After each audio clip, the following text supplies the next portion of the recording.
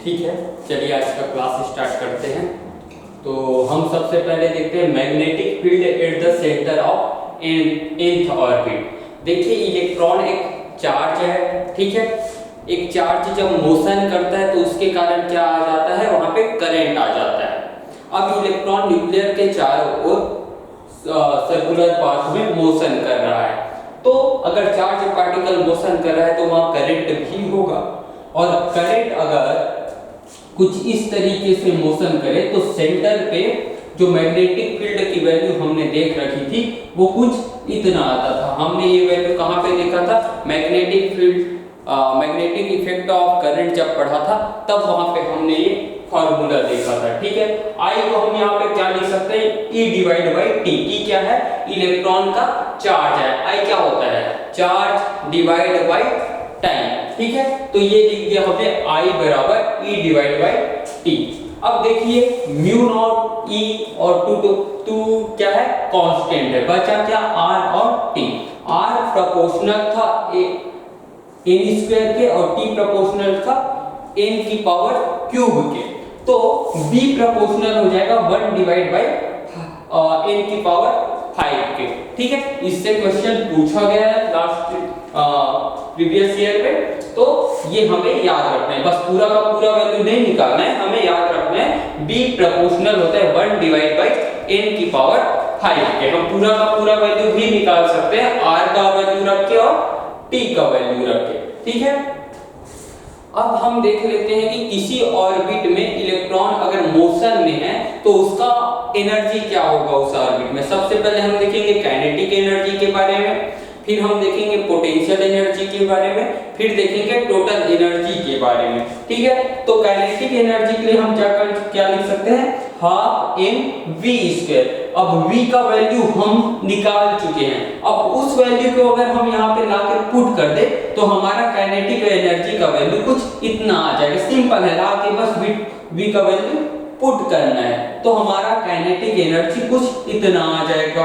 अब potential energy क्या होगा, यहाँ पे सबसे पहले तो पोटेंशियल इनफिनाइट से हम न्यूक्लियर के पास ला रहे हैं तो वहां पर क्या होगा, पोटेंशियल लगेगा और पोटेंशियल लगने के कारण इसके पास क्या होगा, पोटेंशियल एनर्जी होगा। तो पोटेंशियल एनर्जी का फार्मूला क्या होता है, K Q1 Q2 divide by R। तो R का वैल्यू अभी तो R को सीधा रख देते हैं, K क्या होगा 1 divide by 4 pi epsilon not. एक चार्ज है इलेक्ट्रॉन माइनस E और दूसरा चार्ज क्या है, न्यूक्लियस का चार्ज ZE। तो उन सभी चीजों को हमने यहाँ पे रख दिया। अगर हम काइनेटिक एनर्जी और पोटेंशियल एनर्जी के मैग्नीट्यूड की बात करूं, ये साइन की बात नहीं कर रहा हूं, को अगर ध्यान से देखें तो हम देख पाएंगे कि इससे ये 2 गुना है। अगर ये x है तो ये 2x है। अगर साइन के साथ बोलूं तो -2x है। अगर इसको x मान लूं तो मैं इसको -2x लिख सकता हूं, ठीक है। अब टोटल एनर्जी मैं देख लेता हूं। टोटल एनर्जी क्या हो जाएगा, kinetic energy plus potential energy. Kinetic energy को मैंने x मान लिया था, पोटेंशियल एनर्जी को मैंने -2x हो गया था मेरा। तो क्या हो गया, टोटल एनर्जी -x आ जाएगा। x - 2x कितना हो जाएगा, -x। और x क्या था, काइनेटिक एनर्जी। तो टोटल एनर्जी किसके बराबर आ गई, माइनस काइनेटिक एनर्जी के। अब मैं टोटल एनर्जी, काइनेटिक एनर्जी और पोटेंशियल एनर्जी में आपस में रिलेशन देख सकता हूं। टोटल एनर्जी अभी किसके बराबर आया, माइनस काइनेटिक एनर्जी के।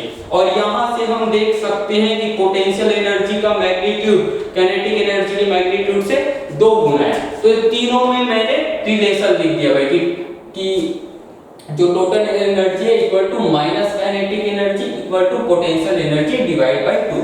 ये आपस में तीनों का रिलेशन हो गया, ठीक है।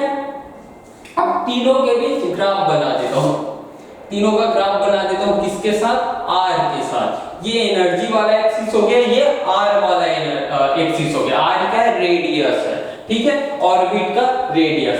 अब देखिए काइनेटिक एनर्जी हमारा पॉजिटिव है और जबकि पोटेंशियल एनर्जी और टोटल एनर्जी जो आ रहा है वो नेगेटिव है। तो काइनेटिक एनर्जी पॉजिटिव तो पॉजिटिव होगा और जैसे जैसे R बढ़ रहा है वैसे वैसे क्या हो रहा है, काइनेटिक एनर्जी कम होता जा रहा है। देख लीजिए इन्वर्सली प्रोपोर्शनल है, जैसे जैसे R बढ़ता जाएगा काइनेटिक एनर्जी कम होती जाएगी। ऐसी ही बात टोटल एनर्जी और पोटेंशियल एनर्जी के लिए भी है कि ये इन्वर्सली प्रोपोर्शनल है R के, लेकिन इनमें नेगेटिव साइन है। काइनेटिक एनर्जी और टोटल एनर्जी का मैग्नीट्यूड सेम है लेकिन साइन अलग है, ये पॉजिटिव डायरेक्शन में होगा तो ये नेगेटिव डायरेक्शन में, और पोटेंशियल एनर्जी का मैग्नीट्यूड टोटल एनर्जी से भी ज्यादा है, तो लेकिन नेगेटिव साइन होने के कारण ये और नीचे आ गया। तो ये मैंने कुछ इस तरीके से इसका ग्राफ बना लिया, ठीक है। अब देखिए टोटल एनर्जी को मैं अब ई में ई बस लिख रहा हूँ, टी ई ना लिख के बस ई लिख रहा हूँ टोटल एनर्जी को। टोटल एनर्जी किसके बराबर है, माइनस काइनेटिक एनर्जी। तो काइनेटिक एनर्जी के बारे में जान जाए तो टोटल एनर्जी के बारे में जान जाएंगे। काइनेटिक एनर्जी को देखिए, काइनेटिक एनर्जी में E जो है कांस्टेंट आ गया, R कांस्टेंट है, पाई कांस्टेंट है, एप्सिलॉन नॉट कांस्टेंट है। Z और R जो है चेंज हो सकता है और हमने R का भी वैल्यू देख रखा है।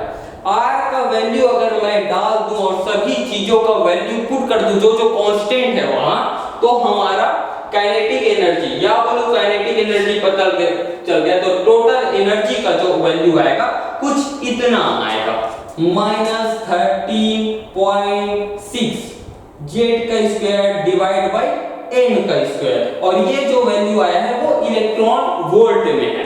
आप किसी भी हाइड्रोजन लाइक एटम के लिए, जैसे कि हीलियम की बात करूं तो Z की के जगह 2 पुट कर देना और n के जगह, जैसे मुझे बोले कि बताइए कि एक इलेक्ट्रॉन हीलियम प्लस के सेकंड ऑर्बिट में है तो उसका टोटल एनर्जी कितना है, तो मैं क्या करूंगा, यहाँ पे 2 डालूंगा, n के जगह भी 2 डाल दूंगा, मेरा आंसर आ जाएगा और वो आएगा आंसर इलेक्ट्रॉन वोल्ट में। अगर जूल में पूछे तो इलेक्ट्रॉन वोल्ट से हमें जूल में कन्वर्ट करना पड़ेगा, ठीक है।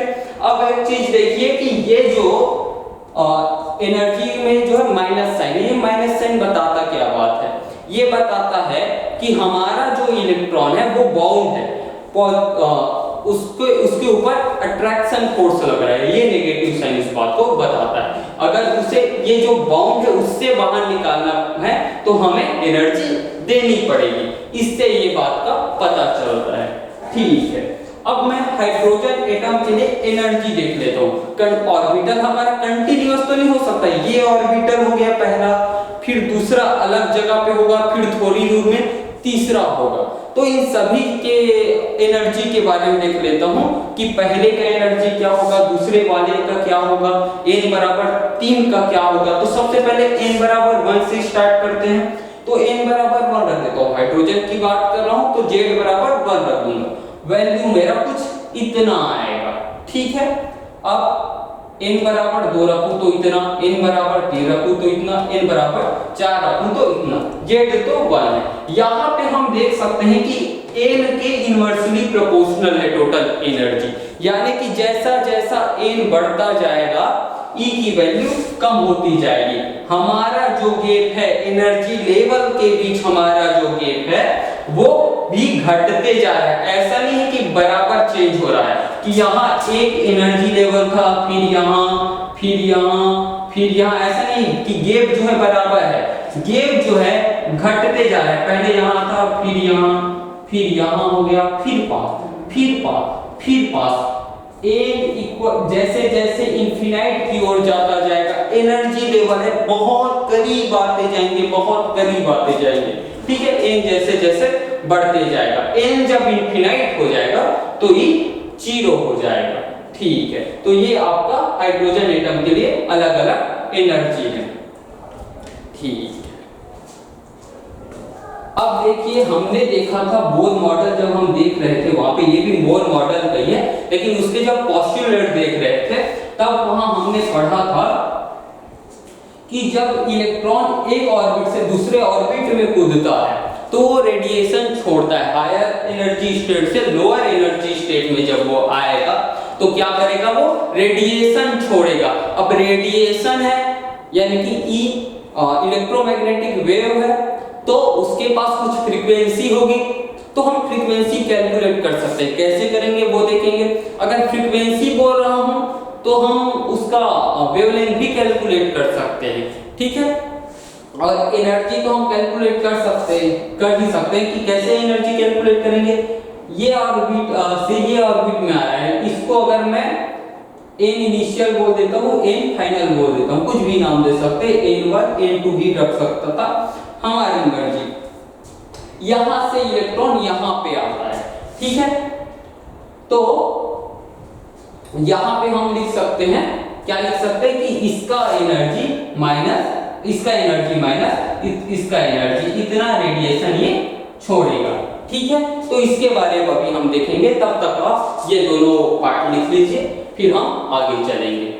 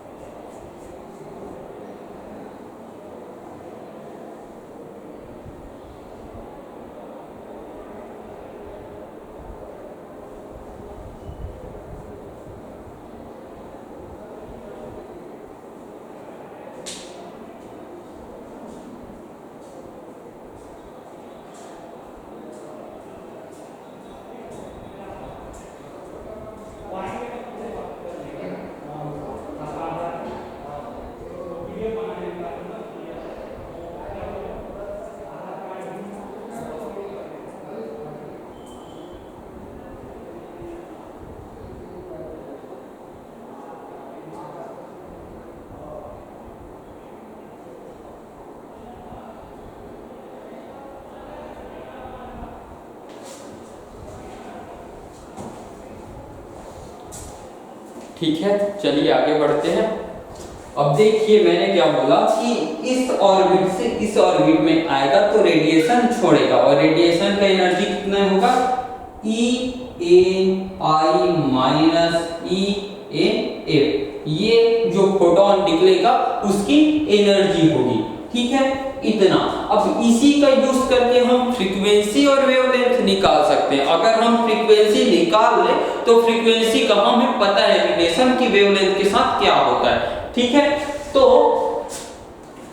Ni से Nf में कोई ऑर्बिटल है, कोई ऑर्बिट है Ni, वहां से इलेक्ट्रॉन Nf वाले ऑर्बिट में जा रहा है, हायर स्टेट से लोअर स्टेट में आ रहा है, तो उसकी एनर्जी h म्यू, वहां पर जो फोटोन निकलेगा उसका एनर्जी तो h म्यू हो जाएगा, वो कितना होगा, Ei minus Ef equal to h mu. ये इसकी वैल्यू ज्यादा, इसकी वैल्यू कम, तो दोनों को माइनस कर दो तो h म्यू के बराबर आएगा। ठीक है, अब म्यू को तो वही रखता हूं, h को इसके नीचे ला देता हूं, पहला चीज। दूसरा चीज, हमें E का वैल्यू कैसे निकालना है, इस वाले फार्मूला से पता है, इस वाले फार्मूला से बोल सकता हूं, या यहाँ पर टोटल एनर्जी का जो रिलेशन आया काइनेटिक एनर्जी से, तो काइनेटिक एनर्जी वाले को मैं अगर वहां पे डाल दूं माइनस साइन के साथ, तो भी मुझे इस तरीके का कुछ रिलेशन मिल जाएगा। ठीक है, अब देखिए म्यू यहां से पता चल जाएगा मेरा कि कोई इलेक्ट्रॉन Ni से Nf में जाता है तो जो फोटोन निकलेगा, जो रेडिएशन निकलेगा, उसका फ्रीक्वेंसी कितना होगा। फ्रीक्वेंसी पता चल गया तो उसके बाद हमें लेम्डा भी पता चल जाएगा, तो फ्रीक्वेंसी से हम लेम्डा निकाल लेंगे। ठीक है, इसी को मैं कुछ इस तरीके से भी लिख सकता हूं। इन सारे चीजों को आप देखो तो ये क्या है, ये तो कांस्टेंट है ना। ठीक है, तो कांस्टेंट को मैं क्या लिख दिया, r लिख दिया, या इन सब का वैल्यू पुट करूं तो r बराबर आ जाएगा 1.1 इंटू 10 की पावर 7, और इसका यूनिट जो होता है मीटर इनवर्स होता है। ठीक है, m की पावर -1 होती है, तो ये आपका कांस्टेंट आ गया। अब मुझसे पूछे कि पांचवें ऑर्बिट से इलेक्ट्रॉन तीसरे ऑर्बिट में आता है तो बताओ उसका वेवलेंथ कितना होगा, तो r का वैल्यू पुट कर दूंगा। कहां से आ रहा है, पांचवें से तीसरे में, तो इनिशियल पांचवा इनिशियल है और फाइनल तीसरा है, तो 5 डाल दूंगा, 3 डालूंगा, लेम्डा का वैल्यू आ जाएगा। लेम्डा पता है तो फ्रीक्वेंसी निकाल लो, एनर्जी निकाल लो, जो निकालना है निकाल सकते हैं। ठीक है, तो कुछ इस तरीके से सॉल्व हो जाएगा, क्वेश्चन देखेंगे और समझ आएगा। अभी हम थ्योरी देख रहे हैं। ठीक है, तो आप ये वाला पार्ट लिखिए।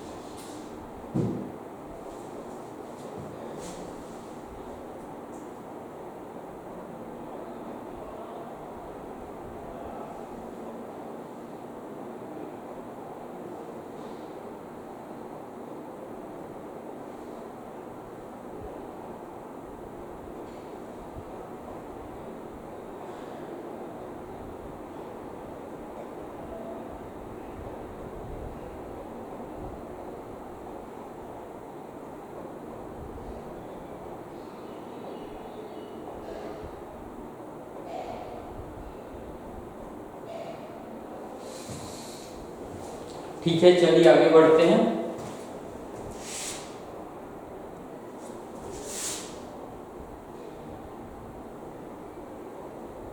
ठीक, चलिए अब हमने क्या देखा कि अगर किसी ऑर्बिट से इलेक्ट्रॉन किसी और ऑर्बिट में आता है, हायर स्टेट से लोअर स्टेट में आता है, तो क्या होगा कि वहां पर रेडिएशन हमें दिखाई देगा, रेडिएशन हमें मिलेगा, यानी कि हमें कोई वेवलेंथ की वैल्यू मिलेगी। ठीक है, अब देखिए कि समझिए ये आपका है n इक्वल टू 1, इसको हम ग्राउंड स्टेट भी बोल देते हैं, पहला ऑर्बिट या ground state. n equal to 2 इसको बोल देते हैं first excited state. n equal to 3 second excited state. n equal to 4 third excited state. आपसे पूछा जाए फोर्थ एक्साइटेड स्टेट तो आपको n इक्वल टू 5 रखना है, कंफ्यूज नहीं होना है। फोर्थ बोले फोर्थ एक्साइटेड स्टेट तो n इक्वल टू 5 रखना है, n इक्वल टू 4 नहीं रखना है। एक्साइटेड स्टेट की बात हो रही है यहाँ पे। बहुत सारे बच्चे यहीं पे कंफ्यूज होते हैं और गलत करके आ जाते हैं, उनको फार्मूला याद रहता है, उनको सॉल्व करना आता है, लेकिन वैल्यू गलत पुट कर डालते हैं। ठीक है, तो ये गलती नहीं करना है।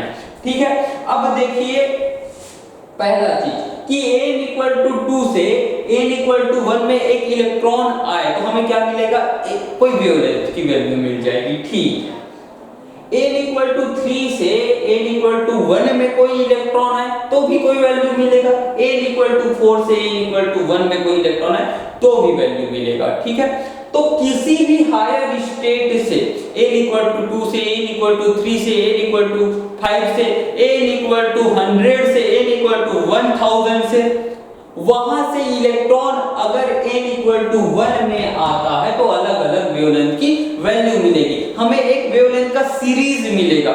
इस सीरीज को बोला जाता है लाइमन सीरीज। ठीक है, अब हायर स्टेट से n equal to 3 n equal to 4 n equal to 5, यहां इन सब से जब इलेक्ट्रॉन n इक्वल टू 2 में आता है, यानी कि फर्स्ट एक्साइटेड स्टेट में आता है, तब जो वेवलेंथ का अलग अलग वेवलेंथ का हमें जो सीरीज मिलता है, आपस में बहुत सारे वेवलेंथ मिलते हैं, तो इस सीरीज को हम बोलते हैं बाल्मर सीरीज। ठीक है, n इक्वल टू 3 में जब इसके n इक्वल टू 4 से 5 से 6 से और इसके ऊपर वालों से इलेक्ट्रॉन जब n इक्वल टू 3 में आता है तब भी हमें अलग अलग वेवलेंथ मिलते हैं, एक सीरीज मिलता है, इसको हम बोलते हैं बोस्टन सीरीज। ठीक है, n इक्वल टू 4 के लिए भी यही है कि n इक्वल टू 4 में जब इलेक्ट्रॉन आए हायर स्टेट से तब जो सीरीज मिलेगा उसे बोलेंगे ब्रैकेट सीरीज, और n इक्वल टू 5 में जब हायर स्टेट से इलेक्ट्रॉन आए तब जो अलग अलग वेवलेंथ का सीरीज मिलेगा उसे बोलेंगे हुंड सीरीज। ठीक है, तो ये आपका हाइड्रोजन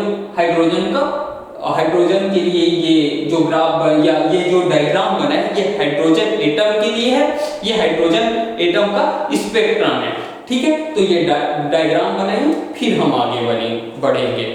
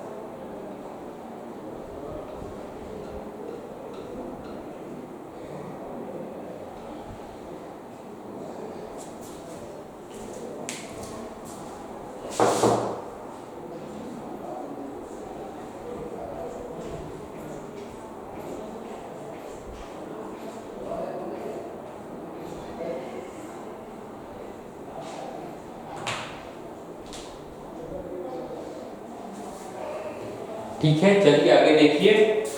तो ये अलग अलग सीरीज का नाम है।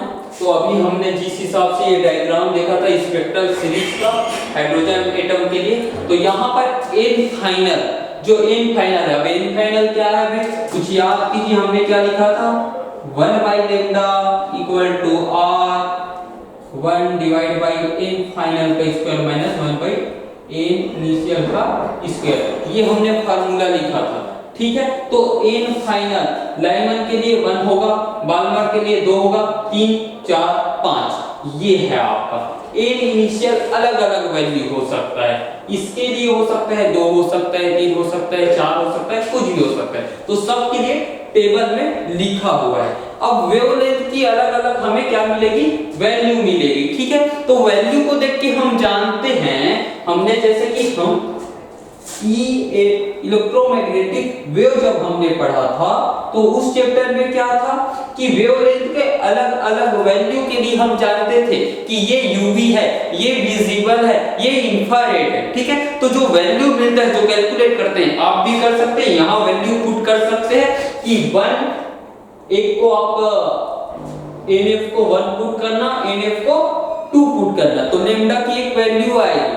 ठीक है, फिर आप NF को 1 और Ni को इनफिनाइट पुट करना, फिर एक लैम्डा की वैल्यू आएगी। ये जो वैल्यू आएगी वो किसके लिए होगा, UV के लिए होगा। तो इसमें इस सीरीज में UV, हमें UV रे मिलता है, और दूसरे वाले में इसमें मैक्सिमम, बाल्मर में हमें मैक्सिमम विजिबल वाले रेंज में वेवलेंथ मिलता है, लेकिन हल्का सा लैम्डा मिनिमम जो मिलता है, लैम्डा मिनिमम जो मिलता है वो UV मिलता है, हल्का सा UV और बहुत सारा विजिबल। मोस्टली आपको ये विजिबल दिखेगा, लेकिन थोड़ा सा UV भी होता है, और इन तीनों में इंफ्रारेड मिलता है।